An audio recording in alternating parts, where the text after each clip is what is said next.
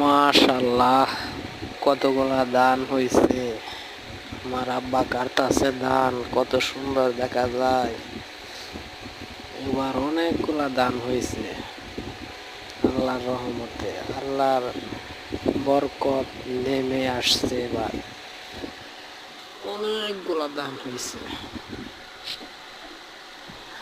দেখেন আমার আব্বা কাটতাছে, কত সুন্দর ধান হয়েছে। এবার অনেকগুলা ধান।